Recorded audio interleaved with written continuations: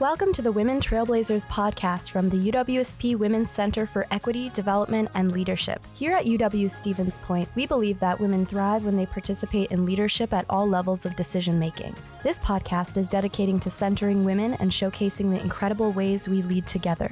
Each episode, we explore stories of resilience, innovation, and empowerment. Our third series is part of UWSP's Point Out Loud pilot, and we're thrilled to have you join us. Today, we kick off our journey with the empowering words of Malala. Do not wait for something else to come and speak for you. It's you who can change the world.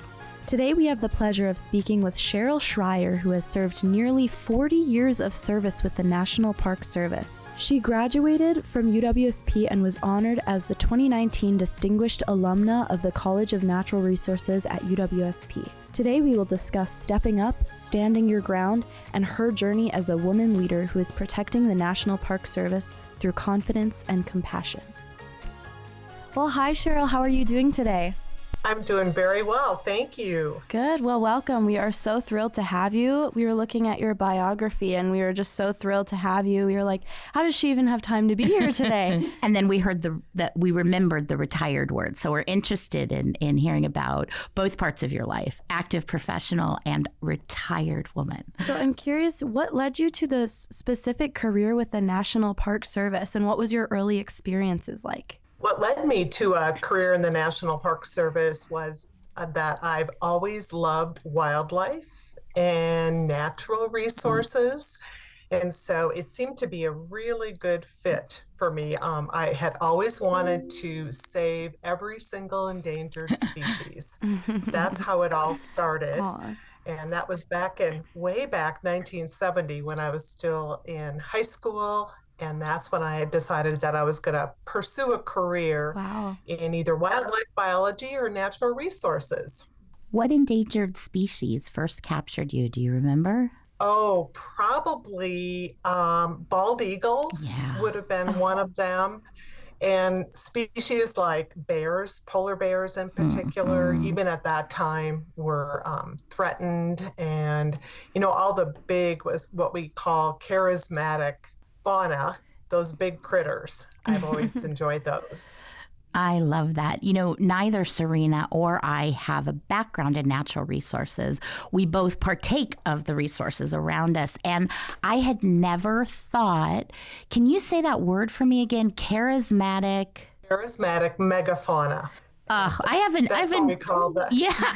a new phrase in my life. Charismatic megafauna. Yeah. Can you give us a quick recap of your career and kind of how you started from education to where you are now? I would tell you a little bit that Stevens Point, Wisconsin was a natural fit for me because of the natural resources, College of Natural Resources, and pursuing perhaps a degree in wildlife biology.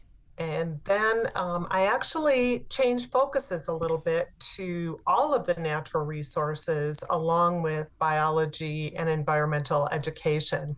And it was a natural fit with the National Park Service and pursuing a career with them because I could also be an interpretive naturalist, providing tours. My first job was as a cave tour guide at Jewel Cave National Monument in Custer, South Dakota, where I'm actually living now. I reside in Custer, to all the way to large parks, Yellowstone National Park, which I spent 10 years working there in all different facets, everything from natural resources to interpretation, to concessions management, and even some law enforcement. I also worked in Bryce Canyon National Park, some other smaller national park areas, historic areas such as Independence National Historical Park in Philadelphia.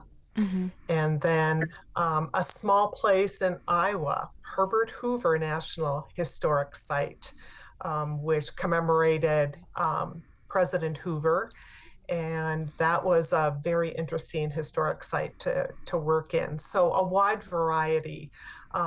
all the way to working in about 13 different states and 11 different national park areas.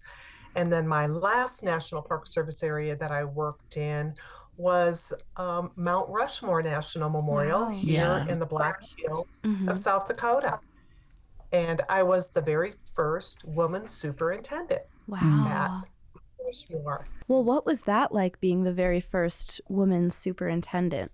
Well, what was interesting is I followed the very first Native American, Gerard Baker, who had been the superintendent previously to me. And it was quite exciting to be the first woman superintendent. Sometimes you really don't think about that, but you think about the National Park Service, where at the time I became part of the National Park Service and started working, there were not quite as many women as there are now, which was very exciting. I had people who would, especially older women, would come up to me and say, "It is so wonderful to see a woman superintendent." Because during their careers, that would perhaps have been something they would have been interested in, but it just wasn't possible. And so the possibilities just continue to increase for women, and very exciting to be able to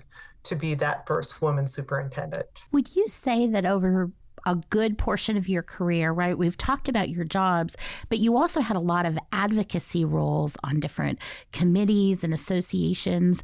Would you say that for most of your career that you were a first over and over again? I would say at times there would be situations where I was a first. I do recall where I would be in meetings, let's say at certain park areas I was working at, and I'd participate maybe in their tourism meetings or their city councils or county commission meetings, and I'd look around and I was the only woman in the room, the only person who was either participating or perhaps on a board. I would say now it's a little bit better of a mix of men and women and in a variety of ages. But at that time, it still was, if you will, maybe a little bit more novel to have women in leadership roles. I want to dig just a little bit deeper because I feel like you know something that we need to know. You've said these words that are ringing in me. First, only, novel. I know that the women that Serena and I hang out with and the women that are listening to this podcast, they also have been first and only and novel. And many of us struggle with that place. Do you have like a couple words of wisdom for us how to show up as first, only, novel? I would say some advice that I would give is sometimes I didn't really think about the fact that maybe I was the only woman in the room. I think if you feel confident and you gain more confidence, and if you're knowledgeable about your subject matter and you have something to contribute, something to say, I think it's really important to step forward, step up, and become engaged in whatever meeting it might be, whatever project. And the other part of that is that I think everybody obviously has something to contribute. And the other side of that talking is also listening, being able to be a good listener. And that's also part of contributions as well. Yeah, Cheryl, we are so excited to have you here because even just this far, you are the definition of a trailblazer. You blaze those trails yourself. Yes. You were a first and you were a leader and a role model to so many women in this field specifically. So I'm curious, can you tell us about a time where you had a challenge in this space where you were being the only, something you wish you would have known coming into it? I think about a time when I was living and working in Iowa, for example, at Herbert Hoover National Historic Site.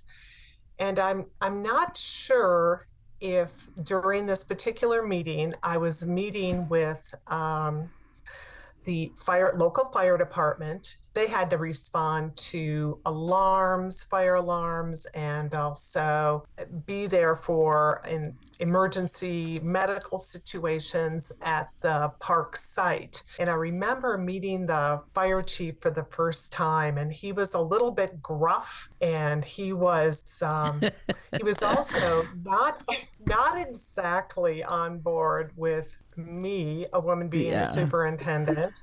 And I had to confront him about the fact about having to pay for fire services. And he had told me, he goes, we're going to just stop protecting the historic site because you don't pay into the fire department. And I corrected him at this, it was a city council meeting, and I corrected him and I said, well, yes, we do.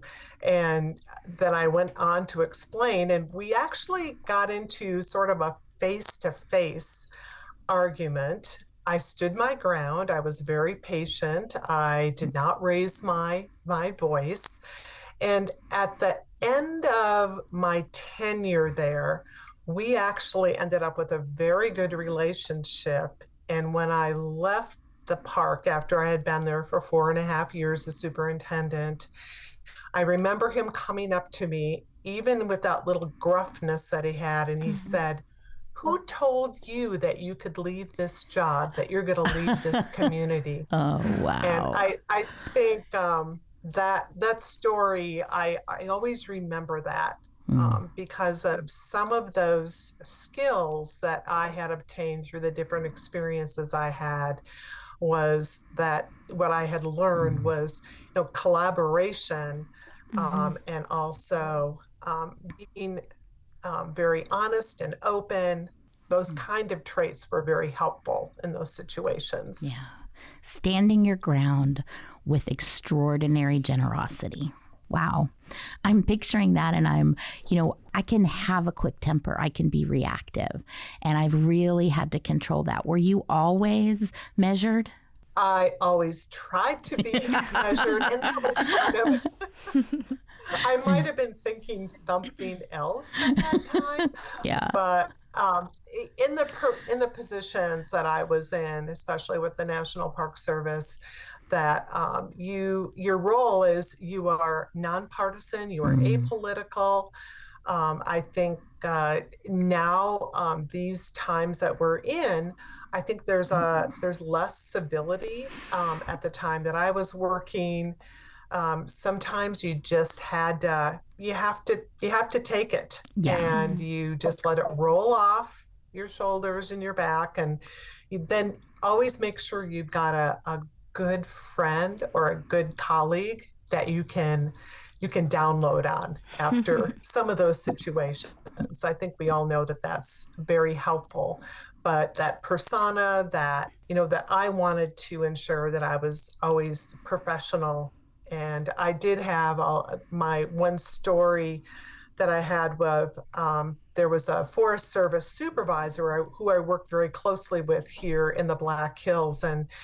And he always told me, he said, Cheryl, people could be mad at you, but you just always let it just roll off. And you always, as you had mentioned, stood my ground and made sure that at the end of the day, that people could smile, we could talk, we could still communicate with one another. Stand, roll, and smile. I love it. That is beautiful. That is great.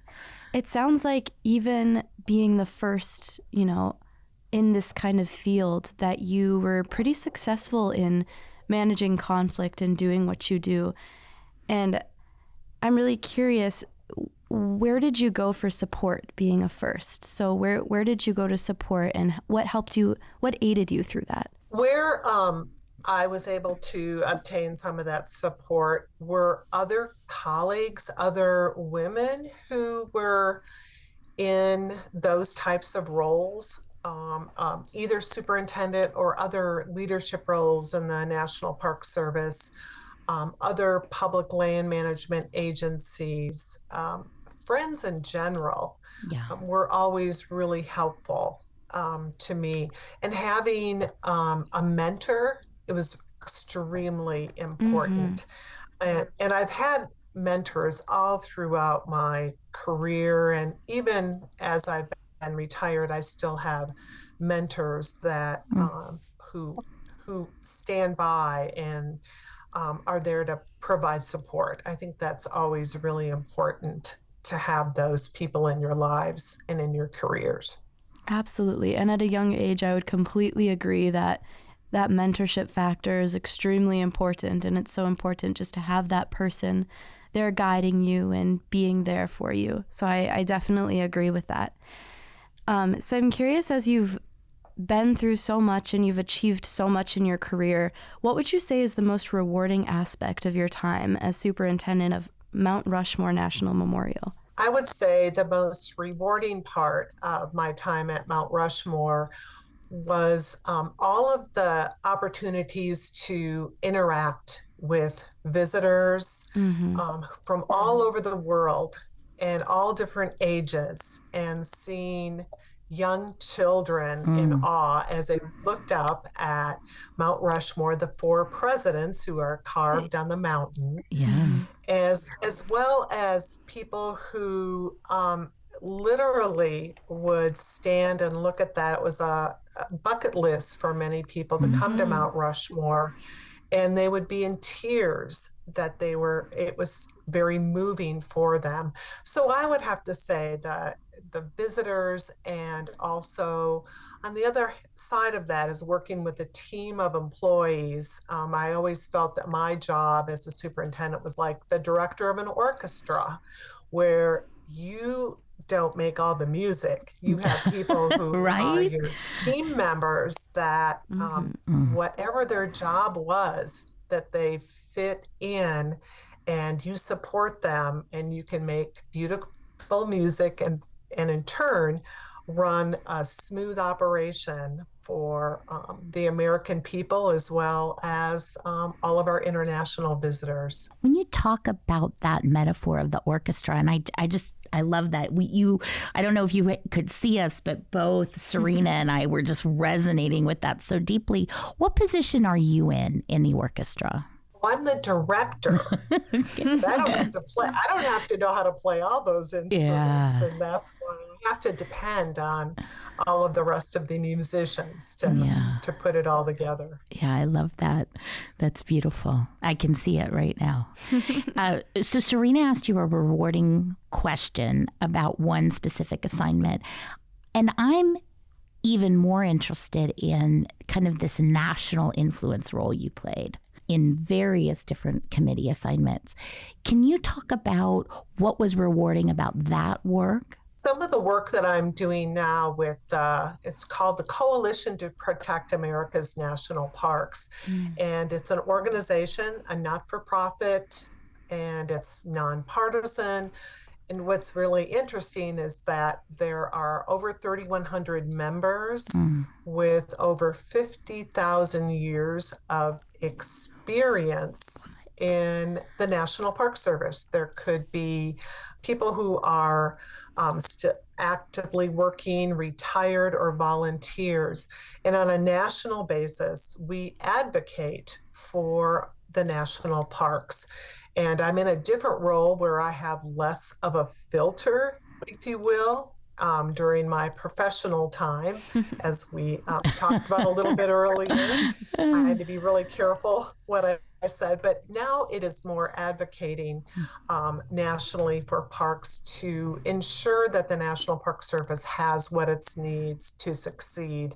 And it could be meeting with congressional delegations and appropriations, and also working with the National Park Service and looking at some of those issues that affect employees, everything from the budgets of the National Park Service to housing issues. Housing issues are really big, and those kind of external threats to the National Park Service, oil and gas leasing, it might be air pollution or threats to wildlife.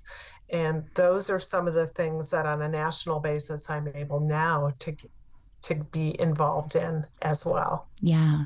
If you had to describe in one word or phrase when someone gets unfiltered Cheryl, what are they getting now? That's a great question. they're getting the person who has always been very passionate and has compassion and has some really strong opinions about how society should be looking at our national parks and continuing to protect and preserve them. And that was my one sentence, one word. Yeah.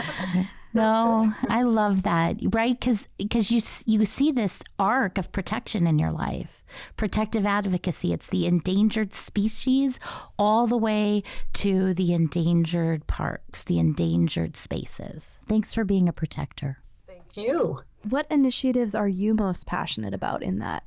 With the coalition and some of the initiatives that we're working on, really, I would say the morale of the employees of the National Park Service. Yeah. Although people love national parks, sometimes the morale of the National Park Service employees has been low due to everything from pay to housing, training, that type of thing. I really do like those initiatives to help employees. Also, becoming involved with some of those really issues that threaten our National Park Service areas. And as I mentioned before, in our local communities just outside of the national parks, there is now where you have increased visitation, and that can affect National Park Service areas and that role of preserving and protecting the resources. That makes sense. You have a platform now with our listeners, and I'm just curious, are there any simple things that we could do as citizens to help employees or to help threatened areas? Well, there are other organizations that help to support the National Park Service, not only the coalition, but for example, the National Parks Conservation Association or the National Park Foundation, the National Park Trust. All of these different organizations help to support employees and also National Park Service, the goals and some of the issues. Some of these organizations are able to lobby. In some cases, some of them even become involved in lawsuits to help protect the national parks. So those advocacy organizations are really important. Mm-hmm. And anybody is able to join those to help. That's great advice. Mm-hmm. And going along with that, what advice do you have to our listeners today for women aspiring to lead in conservation and natural resources? I would just say go for it. I love being able to encourage young people, young women, even people in midlife. Sometimes I've worked with people who have changed careers in their mid-career lives, and that if you're interested in it, pursue it.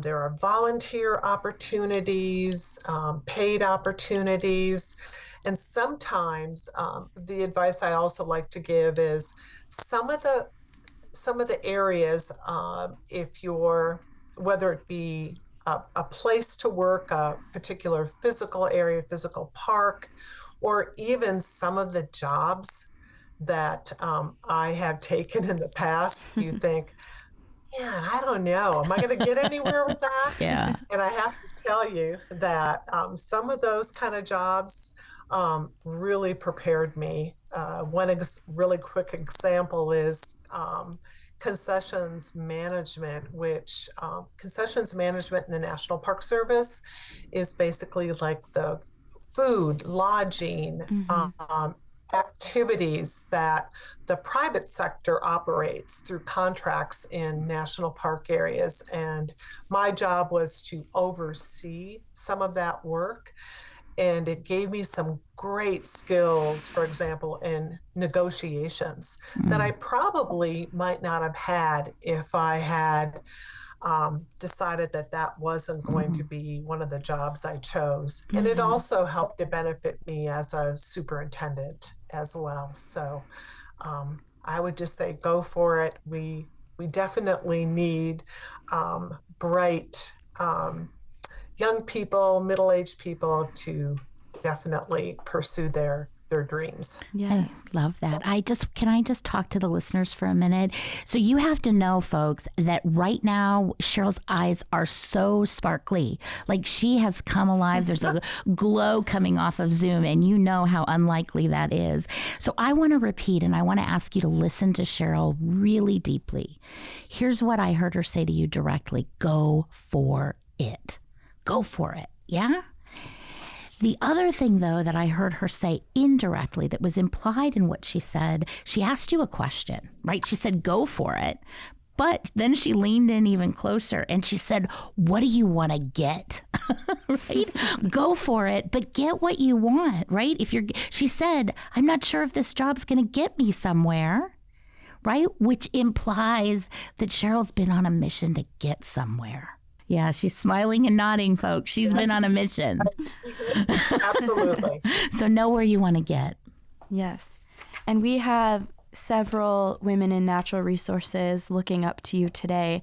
And to our student listeners, I'm curious, can you tell us about how your education at UW-Stevens Point shaped your approach to leadership and advocacy in conversation? I remember my time fondly at UW-Stevens Point, and part of that was not only just the education, the professors who engaged the students and certainly encouraged all of us to participate in some of the extracurricular type activities, the different student organizations, volunteering to do some work locally. For example, I volunteered at a local county nature center, and now there is such an expansive area on campus, the Schmeeckley Reserve, and what a wonderful places to get involved. And so the student organizations were really important, and I think that was something that helped me, knowing by participating that I was gaining also some skills toward leadership development. So I really believe those opportunities helped to shape me in order to pursue my dreams of the National Park Service. Yeah, you two are soul sisters. Because Serena has a long history here of participating and leading in those student organizations. I love seeing that between the two of you. Yeah, absolutely. It's so great to get involved, and you talk about all those connections and opportunities at Stevens Point, and I definitely agree. I love your advice when you say go for it, get out there. I love it. And Lena and I always like to circle back to this certain topic. We talk a lot about hope. And I'm curious, when you think about women and our role in society, what gives you the most hope?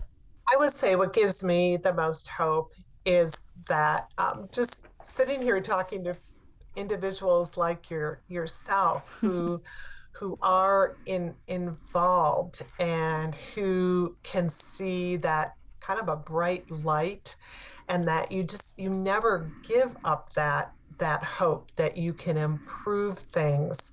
And sometimes I think we can get mired down into negative aspects, but keeping a positive, optimistic outlook. And honestly, I think women are such great collaborators, and I think communicators as well as listeners. We have so much to give. And so my hope is always that people continue to pursue their dreams and also be able to contribute. I think that's at whatever level. It can be a very small level organization, if you will, all the way up through whatever your education is, people can contribute to make the world a better place. I'm going to ask a deeper question because you've started to notice that about me now. And in your advocacy work, I'm going to guess that sometimes, even if it's not your own hopelessness brushes against you. Yeah, right? You come in contact with it. Can you tell us about a time that you made that shift from hopeless to hopeful, and particularly if it has something to do with leading as a woman, that would be even better. But really, it's that shift from hopeless to hopeful. That's a really good question. If I think for just a moment of a time, I might say in generalities where going down the road on a particular, say, for example, a project at one of the parks I was working at where it didn't look like it was going to be funded, and we had to go back to a drawing board. It might have been perhaps funding that we were hoping to have for a new facility, and that by continuing to it would sometimes feel a little hopeless. And then the turnaround came about when we would regroup as a team of employees and perhaps rewrite a project. And lo and behold, the project came through and was funded. So maybe a little bit of that hopelessness that it wasn't going to happen the first time around, but with being committed and diligent and persistent, that we were able to have certain projects funded. Yeah. Serena and I have a quiet bias, maybe a bold bias, but we're putting it out into the world kind of quietly. We're looking for evidence of it. And that is that women hold hope for the entire universe. That we're the hope keepers. Absolutely. Yes. Yeah. Yes. Yeah. Totally agree with that. Thanks for being a hope keeper. And you two are giving me hope too. Woot woot! It's a hope trio. Yes, I love the energy in this room right now. It's awesome. Before we wrap up today, I wanted to know what's the one thing you'd like to ask everyone listening to this podcast to do to further unleash women? I would say that the one thing is be supportive of one another. And I mentioned this earlier about mentorship. I think that is so important. Be willing to mentor someone. And it doesn't have to be a program per se. It can be very informal, but I can tell you that it makes a difference in who you are and what you can contribute. So that would be the one thing, and especially for women. Yeah. I love that. I definitely agree. That's awesome. Well, that's a wrap on this episode of Series 3, Episode 1. A big thank you to Cheryl Schreier for sharing her inspiring journey and the transformative work she's leading on advocacy and the future of public lands. If you loved this episode, subscribe and share it to spread the message of empowering future leaders in the natural environment and beyond. See you next time. Thank you for joining us on the Women Trailblazers podcast. We hope these conversations inspire you to take action in your own life and community. Remember, Brene Brown said, courage starts with showing up and letting ourselves be seen. Stay tuned for our next episode where we'll continue to uplift the voices and stories of women trailblazers. Until then, keep leading, keep thriving, and keep making a difference.